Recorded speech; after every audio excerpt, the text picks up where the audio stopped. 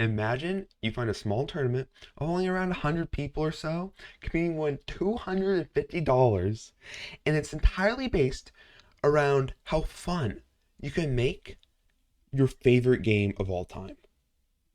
Better yet, half the submissions are newer players waddling around like some uninspired penguins.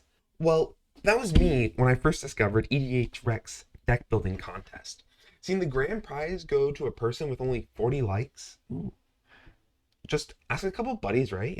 Get a single post upvoted, or post to Discord. This seemed pretty easy, but we're gonna find out together that the competition wasn't so copy and paste. Going backwards in time, we can see the competition that I would have had if I submitted to a previous tournament. This tournament was whoever could build the best new player friendly deck. These 3 decks made the top qualifiers, which is the hardest part. It's 2 independent judges just looking through them and saying, hey, what's the best deck here? What's the most fun? What should we show to our viewers so that they can vote on? So that's what I'm trying to get in. Because once you get into that, you can just bribe a few people with some packs at your local game store, go to a Discord, add some people, and then get upvotes that way. That's the only way to get in this top 3, though, is to have the most unique, creative deck possible.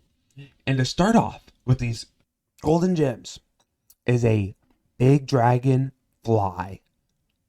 That's literally it. It happens to be upgradable, I guess. It's cheap, and it's a cool deck, don't get me wrong, but it's not ordainedly inspired.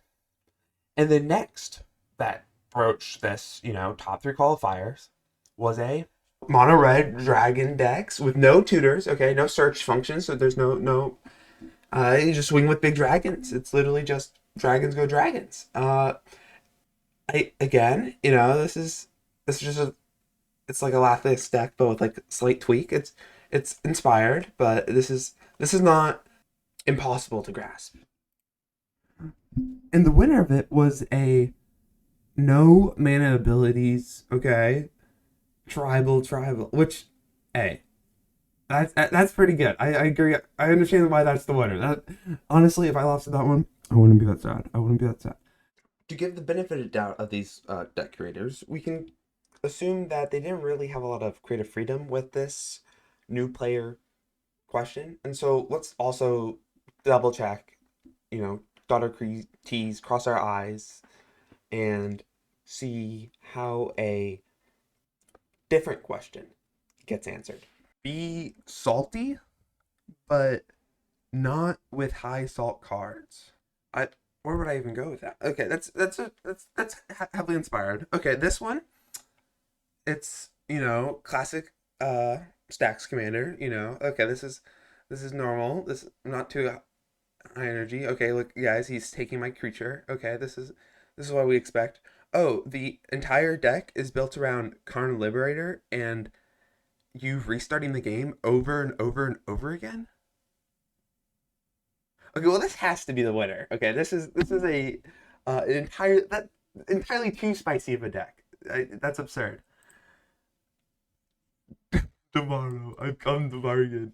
Okay, that's calm down there. Okay, there's too much flavor there. Okay, let's see who he was competing against. Oh, a Garth One Eye. Okay, well, that's generic 5 stuff color, right? Okay. I see attractions, stickers.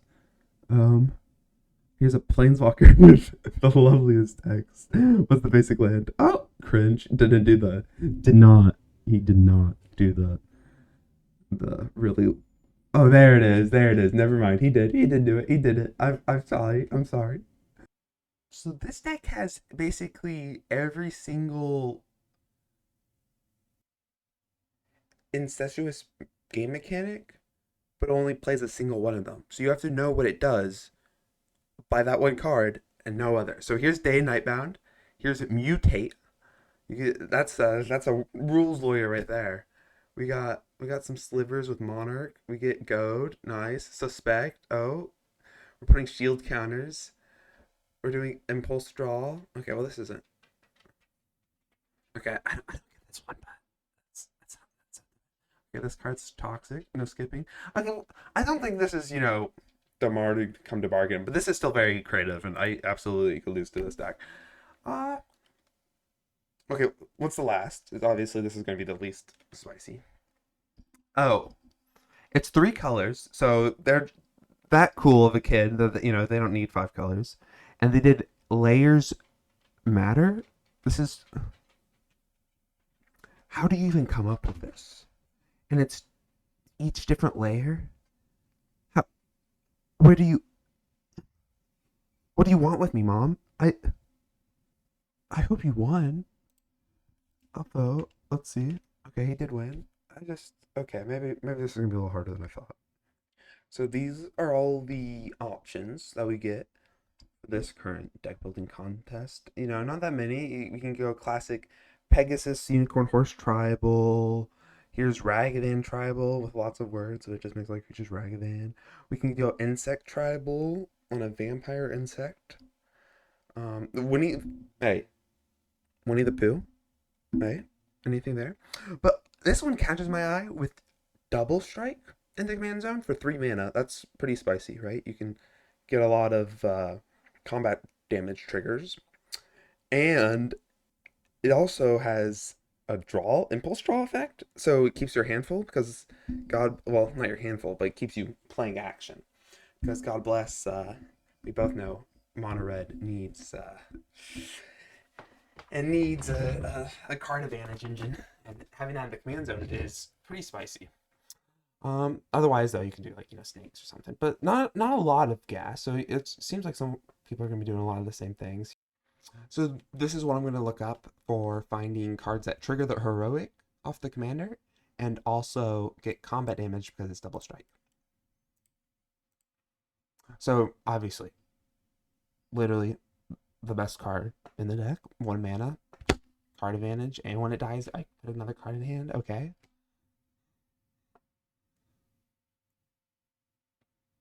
Surge to Victory. It's probably good enough,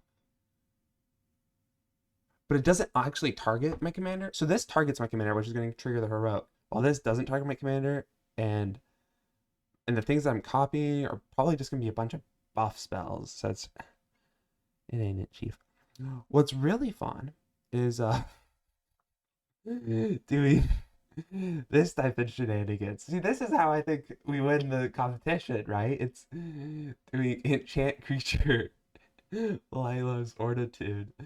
Because it's heroic, triggering the heroic, drawing me a card. It's triggering twice on the combat damage, so I'm destroying 2 artifacts. And it's 2 mana, so it's not even like if you get a mana reducer, you're fine with 1, or like this is you can keep the ball rolling, and it's at instant speed. Like this is the creme de la creme.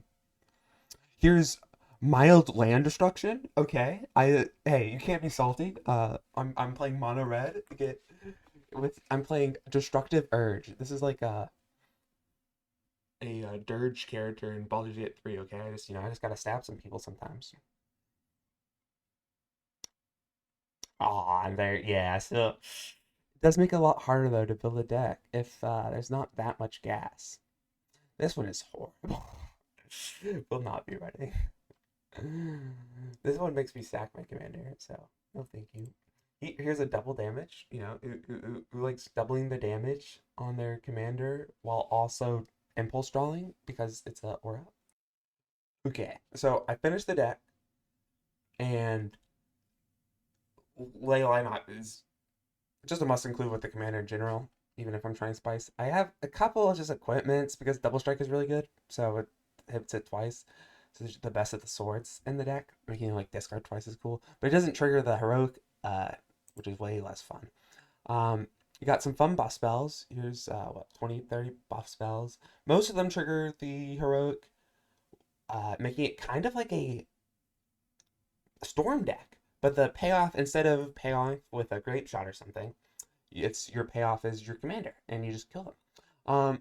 Problem, right? If I only kill 1 player, and now I have 2 other players, and all these buff spells aren't until end of turn, well, you take an extra turn. By extra turn, I mean extra combat. You actually don't want an extra turn. You want an extra combat. And 7 mana, oh, that's impossible. No, you just exile 2 red cards from your hand. You're going to need those anyways. and kill another player. Surge of Victory, we did end up doing it, but you're kind of hoping to get extra combats off it or something.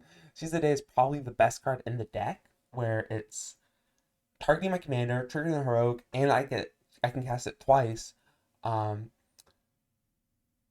with the flashback, and it's because you actually don't want multiple combats for multiple creatures. Like you want just target creature. That's all you care about. And so doing the target creatures makes it actually better than if it, and so it's at the cheaper cost. Your combat celebrants, it's just cheap, 3 mana. You can play it on turn. It does not work with the curve, but it's what does work with the curve is everybody. Oh, okay, I had to move it. What does work with the curve is fear of missing out. It's going to be a 2 mana drop, and then with all the spells you're putting in the graveyard, so that's gonna be instant sorceries, and there's a couple, I think, fetch lands. Yeah, I have like some fetch lands because you want to you. So that's three right there, and you have instant sorceries in the graveyard. You have fetch lands, and then if a creature dies or one of your auras go to the grave or something, that's four. There's plenty of impulse draw effects, so discarding cards can right there. It's an enchantment for yourself. It gives you an extra combat, which is absurd for literally on curve of one random one drop equipment, 2 drop fear missing out, and then 3 drop Cleon Mary. It makes it a turn 4 2 combats, which can, if you get lucky, kill someone with some. So if you can just get pump spell after pump spell if you reveal off of her ability. But you can also just hit lands. So there's only 30, well 29 in the decks if you don't count these bad boys. But honestly, you could probably run less because it's a 3 drop commander. Let's look at that curve. So I'm pretty confident. I'm pretty confident. The results are in. It does not look like Cleon made it. Okay, but we gotta check out these winning winning top three. Uh so it's the Beast Commander, makes all your beasts cheaper. And it's built around a retrace, so you can recur it over and over again card that's a changeling, so there's only gonna be one green. Okay, and then you store. Okay. That's pretty cool. I gotta respect that one. And it's a self fueling card where it's fueling the graveyard with lands by doing the thing that you want to be doing anyways. I can see how this can be. That's very creative. Ooh, we have a Winnie the Pooh where you're paying to get your guys plus X, and it's all about double strikes. So you get the first hit in, and you can then pay again for the first time if they have lifelink, and then so it's basically doubling their damage, doubling it. Like that's a very unique twist on it. I respect it. I respect it. These are some fun guys. Here's some lifelink. Okay, and then vampires. And no, it's just vampires. This is just vampire travel. Okay. Well, you win some, you lose some. I don't get an explanation. Vampire travel wins. Whatever. I don't. It obviously didn't beat. Look, fucking seven up votes, bro. Yeah, there's a reason. I'll just sit here in my corner as I be sad. Wow, guys, he ran Master Nexus. Reasons probably though why I didn't win. Right up here we got some self-deprecating humor. Mono red tribal, mono red Voltron. Oh, I know, truly unique. Okay, not the best for a entry into a competition. Come on, Zach, you got to put your best foot forward. They're gonna give you like 20 seconds. Your self-deprecating is like not the greatest reason. Um, I probably could have sold them higher on my it's storm turns because I played it out and I literally had games where I killed someone on turn 4, turn 5 because I flipped 3 buff spells off the top and I had a Berkey out. And so I just kept going. It just literally the buff spell pays for itself, buff spell pays for itself, gets a new card, and I could have sold that more rather than just I rather than just talking about Exile Matters, which is cool. It is cool having Layla the Blade Reforged getting +1/+1 counters, or uh, Kami Celebrants doing uh, also +1/+1 counters. Okay, I feel like there's a theme, sub theme, and then Double Strike. This card right here is absolutely broken. I do not know why it does everything. It does card advantage, or at least you see it. It loots. Mana ramp. It does board wipe. What? It deals 2 damage, so it's removal. And then you keep your mana, so it's like, what even is that? That's like treasures. It makes all your enemy. I don't even. It's. I didn't know this card existed, but when I played it, I just won, and I'm like, oh, that's good. I hear winning is good. So that was a really fun, unique play patterns. I didn't sell them on that, I guess. I don't know. Vampire Tribal, bro. I'll just malt in a corner.